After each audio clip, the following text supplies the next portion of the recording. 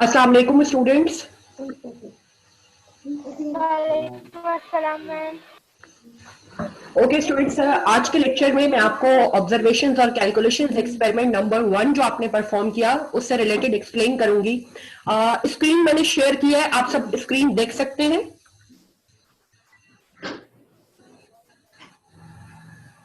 कोई एक student okay कर दे कि आपको स्क्रीन पे नजर आ रहा है। Yes ma'am. यस मिस, नजर आ रहा है। ओके बेटा, आपका जो फर्स्ट एक्सपेरिमेंट जो आपने परफॉर्म किया, एक्सपेरिमेंट का टाइटल है determination of percentage of acetic acid in given sample solution of vinegar. Okay, हमने आपको सैंपल प्रोवाइड किया विनेगर का जिसमें एसिड मौजूद होता है, एसिटिक एसिड, और आपने एक्सपेरिमेंट परफॉर्म किया। फाइनली आपका टास्क है कि आपको डिटरमिन करना है what is the percentage of acetic acid present in the given sample of vinegar. Okay,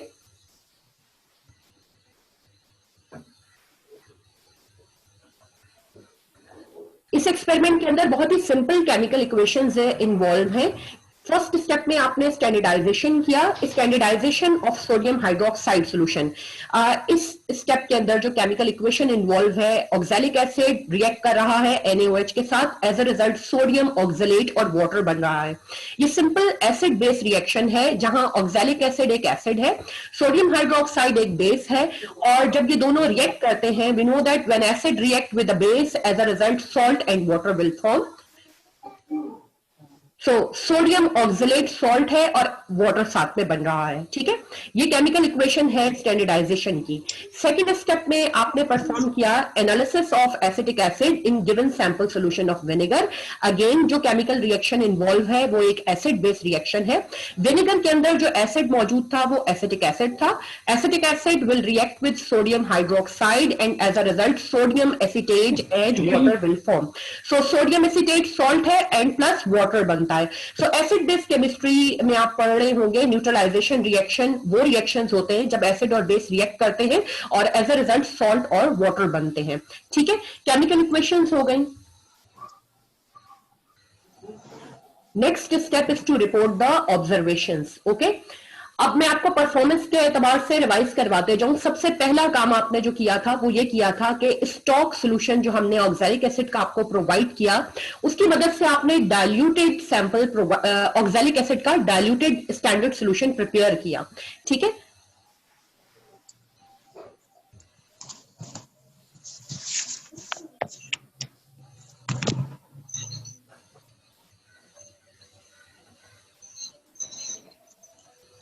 okay, so procedure क्या था जिसके जरिए प्रिपेयर किया? साइड बेंच पर आपके पास जो है वो stock solution sodium oxalic acid का मौजूद था। आपने उसमें से 5 ml पाइपेट आउट किया और 5 ml पाइपेट आउट करके ट्रांसफर किया 50 ml की वॉल्यूमेट्रिक फ्लास्क में। उसके बाद आपने डिस्टिल्ड वाटर ऐड किया और इस फ्लास्क पर जो मार्क था वहां तक आपने डिस्टिल्ड वाटर मार्क जो है वो ऐड किया। इस स्टेप को हम कहते हैं सॉल्यूशन को मेकअप करना अप टू द मार्क। ठीक है, और बेसिकली ये जो प्रोसेस आपने किया इसे हम क्या कहते हैं? स्टैंडर्ड जो प्रोसेस ऑफ डाइल्यूशन कहते हैं। ठीक है, आई रिपीट, साइड बेंच पर स्टॉक सॉल्यूशन प्रोवाइडेड था ऑक्सैलिक एसिड का बीकर में। आपने 5 ml पाइपेट आउट किया था, ट्रांसफर किया था वॉल्यूमेट्रिक फ्लास्क में 50 ml की। उसके बाद डिस्टिल्ड वाटर ऐड किया था यहां तक कि लोअर मेनिस्कस इस मार्क को टच करे जो इस फ्लास्क के ऊपर मौजूद था। इसके बाद आपको थंब रखकर ये सॉल्यूशन अच्छी तरह शेक करना था ताकि सॉल्यूशन जो प्रिपेयर हो वो होमोजीनस हो, सारे मोल्स ऑक्सैलिक एसिड के इक्वली वाटर में डिस्ट्रीब्यूट हो जाए। ठीक है, ये स्टेप जो है आपने परफॉर्म किया था। This is called dilution of standard oxalic acid solution, यानी आपने कुछ वॉल्यूम लेकर उसमें वाटर ऐड कर दिया तो ये क्या जाता है? डाइल्यूशन करना। और पर्टिकुलरली ये 10 टाइम्स आपने डाइल्यूट किया, 5 ml ऑक्सैलिक एसिड को लेकर 50 ml की फ्लास्क में वॉल्यूम मेकअप कर दिया। ओके, नाउ अब हमें जो चीजें रिपोर्ट करनी है, फर्स्ट ऑफ ऑल आप ऑब्जर्वेशन में हेडिंग देंगे determination of concentration of diluted standard oxalic acid solution की। ठीक है, पहली ऑब्जर्वेशन आपकी क्या है? Concentration of stock standard oxalic acid solution is equal to, suppose करते हैं कि वो C2 के बराबर है, यानी ये जो बीकर जिसमें स्टॉक सॉल्यूशन ऑक्सैलिक एसिड का प्रोवाइडेड था, इसकी जो कॉन्सेंट्रेशन थी सपोज करते हैं वो C2 है, और वो कितनी थी ये हम आपको प्रोवाइड करते हैं 0.05 मोलर था। ओके, नेक्स्ट स्टेप, जो वॉल्यूम आपने लिया इस स्टॉक सोल्यूशन का पाइपेट आउट किया वो कितना था 5.0 ml. So volume of stock standard oxalic acid solution is equal to, suppose करते हैं ये वॉल्यूम V2 है और ये कितना आपने लिया 5.0 ml. यहां मैं एक चीज इंपॉर्टेंट आपको बताते जाऊं बेटा, वैसे डॉक्टर मारिया के लेक्चर 1 में मौजूद था. कुछ अपरेटस प्राइमरी अपरेटस होते हैं और कुछ सेकेंडरी. पाइपेट जो है वो प्राइमरी अपरेटस है. ये ऐसे अपरेटस होते हैं जिनसे जो मेजरमेंट की जाती है वो एक्यूरेट होती है. इसके अलावा जो आपकी ये वॉल्यूमेट्रिक फ्लास्क है ये भी प्राइमरी अपरेटस है, इससे भी जो मेजरमेंट की जाएगी वो एक्यूरेट होगी. ठीक है, तो यहां आप एक चीज नोट कीजिए कि 5 ml आपने जो पाइपेट आउट किया है उसे जब हमने लिखा है तो हमारे लिखने का तरीका है 5.0 ml. whenever we write 0 after the decimal, तो इसका मतलब ये है कि कोई भी चीज प्राइमरी अपरेटस से ली गई है और ये बिल्कुल एक्यूरेटली 5.0 ml था. ठीक है, नेक्स्ट स्टेप देखिए. अब आपने ये जो सॉल्यूशन बनाया जो आपका डाइल्यूटेड सॉल्यूशन है ऑक्सैलिक एसिड का, या जिसे हम वर्किंग स्टैंडर्ड भी कहते हैं, इसकी कॉन्सेंट्रेशन क्या थी? Concentration of diluted standard oxalic acid solution suppose करते हैं वो C1 है and it is equal to question mark. ये हमें नहीं मालूम, ये हमें फाइंड आउट करनी है. Okay, next, volume of diluted standard oxalic acid solution. जो आपने ये अपना डाइल्यूटेड सॉल्यूशन बनाया है इसका टोटल वॉल्यूम कितना है? इसका टोटल वॉल्यूम है 50.0 ml. ये 50 ml की वॉल्यूमेट्रिक फ्लास्क थी. अगेन आप देखिए कि 50.0 हमने लिखा है, विच इज एन इंडिकेशन कि ये जो चीज है वो एक प्राइमरी अपरेटस में मौजूद है. ठीक है, सो एज आई सेड के वॉल्यूमेट्रिक फ्लास्क या पाइपेट प्राइमरी अपरेटस होते हैं. इट मींस इनसे लिया गया वॉल्यूम बिल्कुल एक्यूरेट होता है. तो जब कभी भी आप प्राइमरी अपरेटस को यूज करते हैं उससे लिए गए वॉल्यूम के आगे अगर कुछ नहीं है तो फिर आप 0 जरूर मेंशन करते हैं. ठीक है, सो मैं रिपीट कर देती हूं कि ये जो स्टेप आपने किया, आपने स्टॉक सॉल्यूशन जो ऑक्सैलिक एसिड का हमने आपको प्रोवाइड किया उससे आपने डाइल्यूटेड वर्किंग स्टैंडर्ड सॉल्यूशन बनाया था. तो ये जो ऑब्जर्वेशंस हैं ये किससे रिलेटेड है? इससे रिलेटेड है. ठीक है, that is related to determination of concentration of diluted standard oxalic acid solution. अब जहां तक तमाम चीजें क्लियर हैं, ओके, नेक्स्ट स्टेप.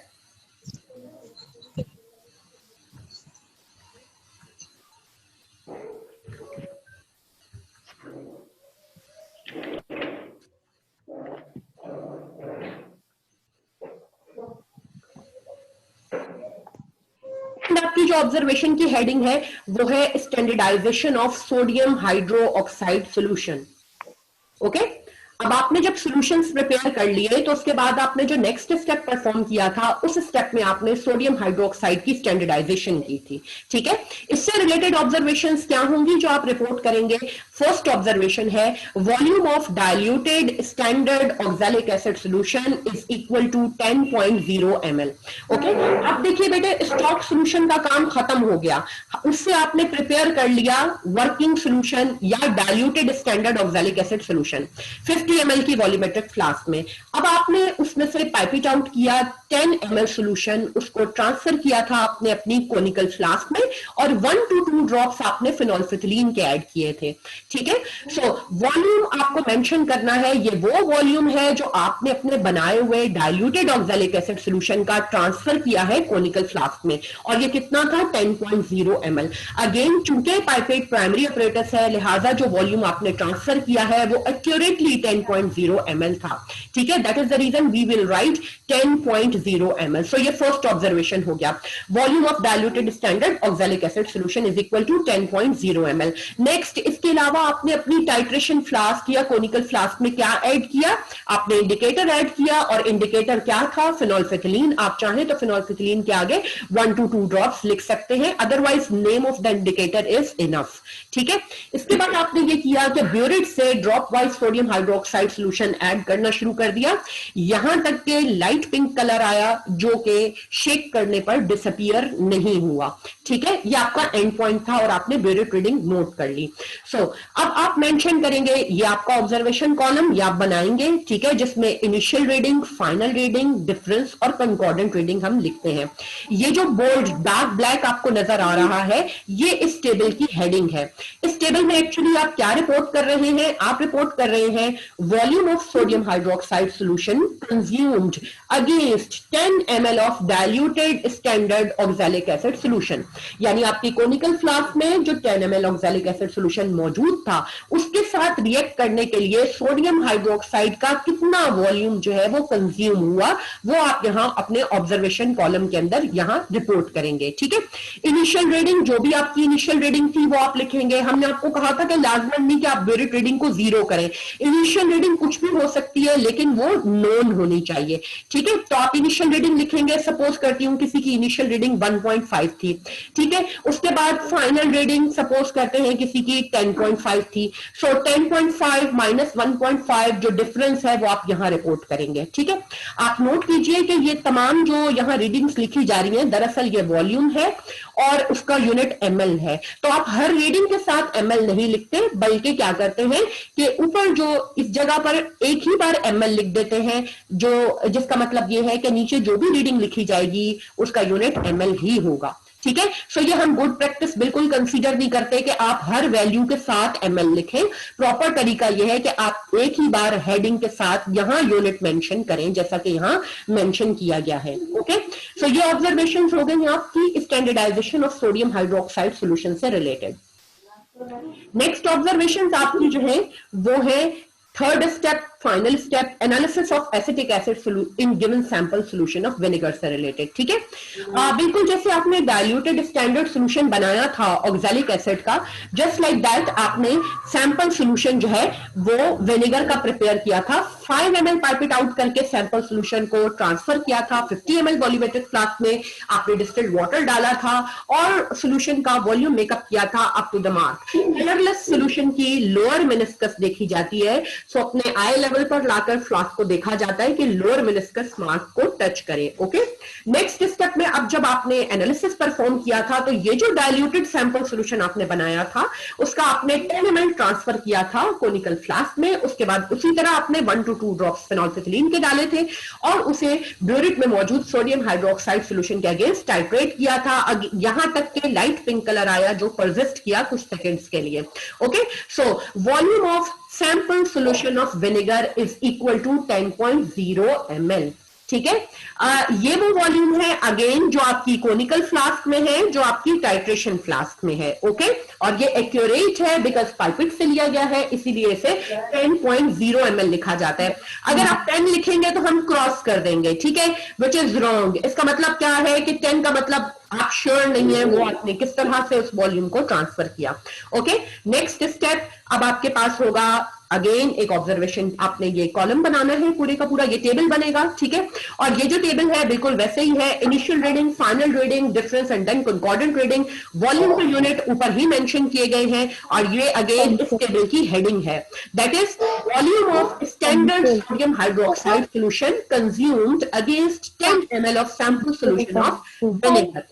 ओके, अब एक बात जरा कंपैरिजन में नोट कीजिए कि जब हमने एनालिसिस ऑफ एसिटिक एसिड किया है तो यहां पर हमने NaOH के साथ लफ्ज स्टैंडर्ड लगाया है, जबकि जो लास्ट स्टेप है, मैं स्लाइड आपको दोबारा दिखाती हूं, इस स्टेप के अंदर आपने नोट कीजिए सिंपल वॉल्यूम ऑफ NaOH लिखा है। उसकी वजह यह है कि इस स्टेप में अभी आप स्टैंडर्डाइजेशन परफॉर्म कर रहे थे।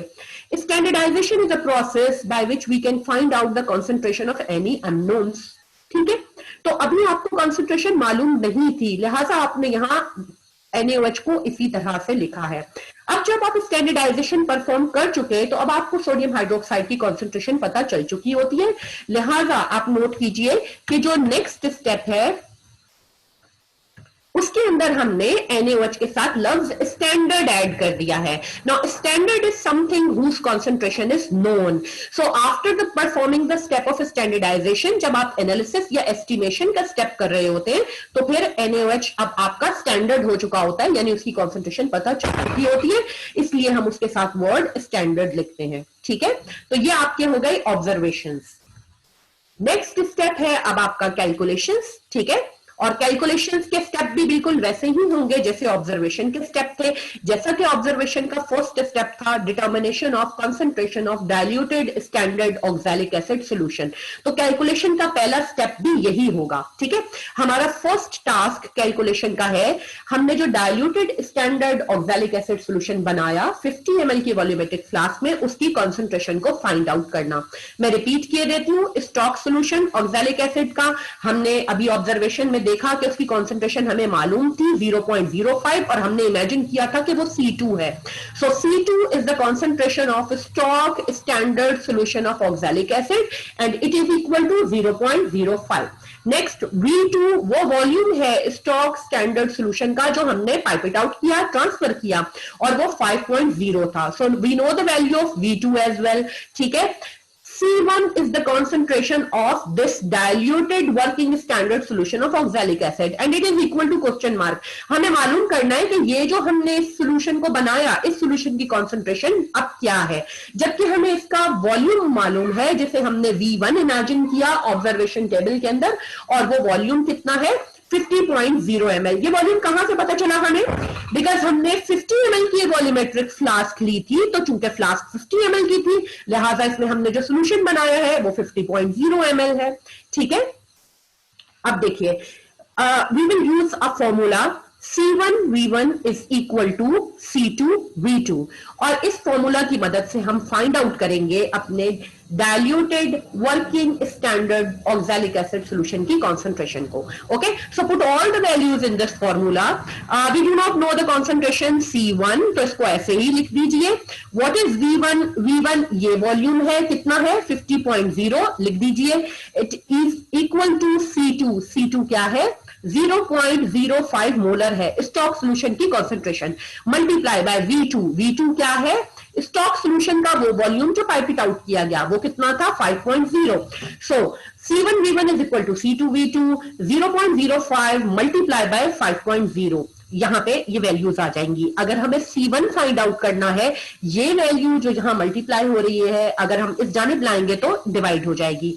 सो 0.05 मल्टीप्लाई बाय 5 डिवाइडेड बाय 50.0, अगर आप इस वैल्यू को इससे मल्टीप्लाई और इससे डिवाइड कर दें तो आपके पास C1 आ जाएगा। C1 is the concentration of diluted standard oxalic acid solution, और जब आप मल्टीप्लिकेशन डिवीजन यहां परफॉर्म करेंगे तो आपके पास वैल्यू आएगी 0.005 मोलर। ठीक है, what is this? This is actually the concentration of diluted standard oxalic acid solution. So we can write this in the form of sentence that so the concentration of diluted standard oxalic acid solution is 0.005 molar, capital M. Okay, next step,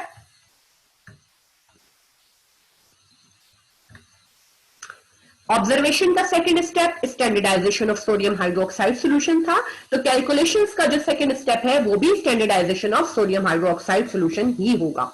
okay, अब देखिए last step जो अभी आपने किया, ये step अब जहां जो आपके पास रिजल्ट आया है, नेक्स्ट स्टेप की कैलकुलेशन का वो स्टार्टिंग पॉइंट होगा। ओके, यहां अब एक बात आप तवज्जो से समझिए, 0.005 मोलर का मतलब क्या है? What is the definition of molarity?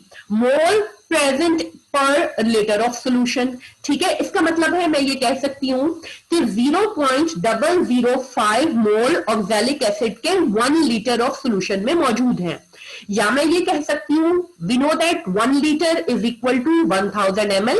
तो 0.005 मोलर का दूसरा मतलब ये भी हो सकता है कि 0.005 मोल ऑक्सैलिक एसिड के 1000 ml में मौजूद हैं। ओके, हम इस लैब पे जो कैलकुलेशन का मेथड यूज करते हैं ये यूनिटरी मेथड ऑफ कैलकुलेशन कहलाता है। ठीक है, तो हम क्या करेंगे, जो हमारे पास ऑक्सैलिक एसिड की कॉन्सेंट्रेशन आई 0.005 मोलर, अब उसको सेंटेंस की फॉर्म में लिख रहे हैं। जैसे कि मैंने कहा मोलैरिटी का मतलब मोल पर 1000 ml या मोल पर लीटर होता है। Okay, so I can write a sentence like 1000 ml standard oxalic acid solution contains 0.005 mole of oxalic acid. Okay, अब अगर 1000 ml standard oxalic acid solution में 0.005 मोल मौजूद हैं, तो 1 ml standard oxalic acid solution में कितने मोल मौजूद होंगे? According to unitary method of calculation ये जो वैल्यू है 1000 ये यहां डिवाइड में आ जाएगी। Okay, So 1 ml standard oxalic acid solution contains 0.005 divided by 1000 mole of oxalic acid. Okay अब अगर 1 ml में इतने मोल हैं, now next very important point, conical flask में हमने कितने ml ऑक्सैलिक एसिड के लिए थे? 10 ml लिए थे. ओके हमने सारी का सारा ऑक्सैलिक एसिड तो नहीं डाल दिया था टाइट्रेशन फ्लास्क में. सो हमें फाइंड आउट करना है कि कोनिकल फ्लास्क या टाइट्रेशन फ्लास्क के अंदर जो हमने ऑक्सैलिक एसिड लिया था दैट इज 10.0 ml, तो उसके अंदर ऑक्सैलिक एसिड के कितने मोल्स मौजूद हैं? तो हम इसको सेंटेंस की फॉर्म में लिखेंगे. 10.0 ml standard oxalic acid solution contains 0.005 divided by 1000. Now according to this method of calculation, ये जो 10.0 है ये अब यहां मल्टीप्लाई में आ जाएगा. तो अगर आप 0.005 को 10 से मल्टीप्लाई करते हैं और 1000 से डिवाइड करते हैं और सॉल्व करते हैं तो एक वैल्यू आएगी, और मैं यहां पे इमेजिन कर रही हूं समझाने के पॉइंट ऑफ व्यू से कि वो वैल्यू C है. ये C क्या है? मोल है ऑक्सैलिक एसिड के, जो किसमें मौजूद है? कोनिकल फ्लास्क में, टाइट्रेशन फ्लास्क में. ठीक है, इस तरह से हमने क्या किया कि 1000 ml standard oxalic acid solution में जितने मोल्स मौजूद थे उसकी मदद से हमने 10 ml के अंदर जितने मोल मौजूद हैं वो फाइंड आउट कर दिए. नेक्स्ट स्टेप में आप देखिए, अब हम अप्लाई करेंगे मोल रेशो. ओके आपको ये डार्क ब्लैक कलर में बोल्ड में जो नजर आ रहा है ये मोल रेशो है ऑक्सैलिक एसिड और सोडियम हाइड्रोक्साइड के दरमियान. 1 mole of oxalic acid is equivalent to 2 moles of sodium hydroxide. अब देखिए ये बात कहां से आई, मोल रेशो हमें कहां से पता चलता है? इसके लिए मैं बैक जाऊंगी. ठीक है, ये देखिए. Okay standardization of sodium hydroxide में ये केमिकल रिएक्शन इन्वॉल्व है. मोल रेशो हमें पता चलता है केमिकल इक्वेशन से. केमिकल इक्वेशन में ये जो कोफिशिएंट होते हैं जो केमिकल स्पीशीज के साथ लिखे जाते हैं ये नंबर ऑफ मोल्स को रिप्रेजेंट करते हैं. ये इक्वेशन जो इस वक्त बैलेंस्ड है इसकी मदद से आपको नजर आ रहा है ऑक्सैलिक एसिड के साथ कुछ नहीं लिखा तो इसका मतलब 1 है, सोडियम हाइड्रोक्साइड के साथ 2 लिखा हुआ है. ओके सो इसका मतलब 1 मोल ऑक्सैलिक एसिड का 2 मोल सोडियम हाइड्रोक्साइड के साथ रिएक्ट करता है. ठीक है, तो केमिकल इक्वेशन से हमें मोल रेशो पता चला किस रेशो में ऑक्सैलिक एसिड और सोडियम हाइड्रोक्साइड के दरमियान में केमिकल रिएक्शन होता है. Okay so 1 mole oxalic acid is equivalent to 2 moles sodium hydroxide. अब चलते हैं उसी स्लाइड की तरफ. ठीक है, आई होप ये चीज क्लियर है आपको कि ये मोल रेशो कहां से आया. ये मोल रेशो केमिकल इक्वेशन से आया. क्योंकि ये एक रेशो है लिहाजा मैं इसे इस तरह से लिख सकती हूं 2 mole of sodium hydroxide divided by 1 mole of oxalic acid. Now we have C mole of oxalic acid. अभी प्रीवियस स्टेप में हमने ऑक्सैलिक एसिड के मोल्स फाइंड आउट किए थे 10 ml के अंदर और वो C थे. सो मल्टीप्लाई बाय, अगर इस रेशो से मैं इन मोल्स को मल्टीप्लाई कर दूं तो क्या होगा? मोल of oxalic acid mole of oxalic acid से कैंसिल हो जाएंगे. ये लाइट ब्लू लाइन आपको नजर आ रही है. मोल ऑफ ऑक्सैलिक एसिड को मोल ऑफ ऑक्सैलिक एसिड से कैंसिल किया गया है. ये C जो कोई भी वैल्यू है आपके पास, जब आप इसे 2 से मल्टीप्लाई करेंगे 1 से डिवाइड करेंगे तो एक आंसर आएगा जो कोई वैल्यू होगी. इमेजिन करते हैं कि वो वैल्यू D है. ठीक है, तो इस तरह से जब आप मोल रेशो अप्लाई करते हैं और अप्लाई करने के बाद आपने देखा कि ऑक्सैलिक एसिड के मोल ऑक्सैलिक एसिड के मोल से कैंसिल हो गए. After the application of mole ratio what will happen? अब हमारे पास सोडियम हाइड्रोक्साइड के मोल आ गए हैं. अगर हम C को 2 से मल्टीप्लाई करके 1 से डिवाइड कर दें तो एक आंसर आएगा, एक वैल्यू आएगी जो D है, और ये D अब क्या हो गए? मोल ऑफ सोडियम हाइड्रोक्साइड हो गए. ठीक है, इस तरह से मोल रेशो लगाकर हमने ऑक्सैलिक एसिड के मोल्स की मदद से सोडियम हाइड्रोक्साइड के मोल्स निकाल लिए. Now next step is to think about ये मोल्स सोडियम हाइड्रोक्साइड के कितने वॉल्यूम में मौजूद हैं. Sodium hydroxide was present in the burette. जब आपने एक्सपेरिमेंट परफॉर्म किया तो NaOH कहां था? NaOH आपने ब्यूरेट में फिल किया था. लिहाजा ये जो मोल्स आपके पास सोडियम हाइड्रोक्साइड के आए हैं ये किसमें मौजूद होंगे? आपकी ब्यूरेट रीडिंग में. ठीक है, तो अब आपकी जो ब्यूरेट रीडिंग थी स्टैंडर्डाइजेशन की,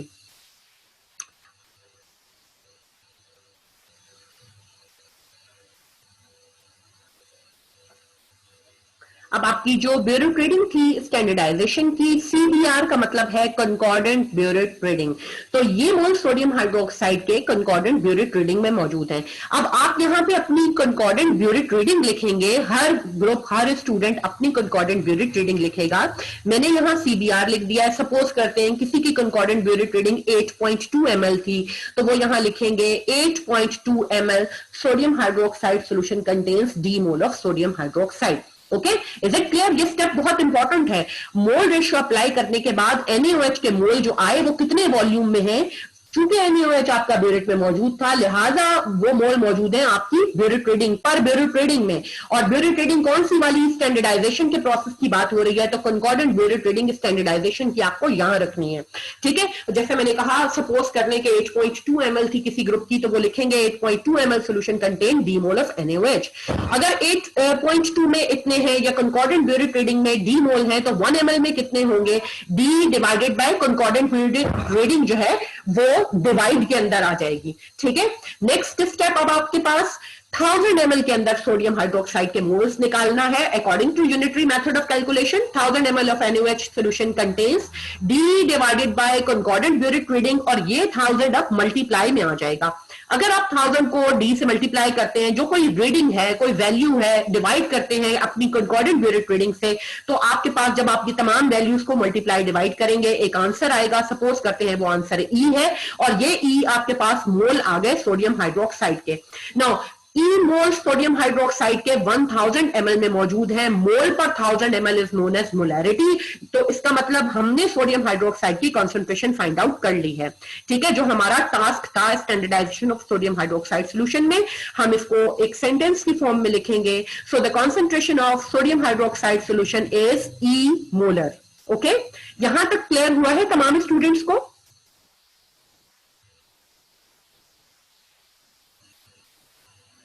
जी बेटे,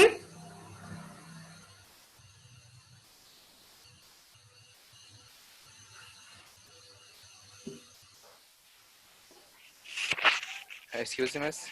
ओके बेटे, क्लियर है? नेक्स्ट बताऊं आप? Miss okay, next analysis, third और आपका जो स्टेप है वो है analysis of acetic acid in given sample solution of vinegar. और अब आपका इस स्टेप की कैलकुलेशन जो है उसका स्टार्टिंग पॉइंट कौन सा होगा, जो सेकंड स्टेप का रिजल्ट आया है। आपने स्टैंडर्डाइजेशन की कैलकुलेशन परफॉर्म करने के बाद अब सोडियम हाइड्रोक्साइड की मोलैरिटी निकाल ली, और वो E मोलर है। E मोलर का मतलब E मोल पर 1000 ml मौजूद है या E मोल पर 1 लीटर मौजूद है। तो अब यहां देखिए, ये हेडिंग आपकी, इसकी कैलकुलेशन यहां से स्टार्ट होगी। हम सेंटेंस की फॉर्म में लिखेंगे 1000 ml standard NaOH solution contain E mole of NaOH, because अभी हमने फाइंड आउट किया कि NaOH E मोलर था।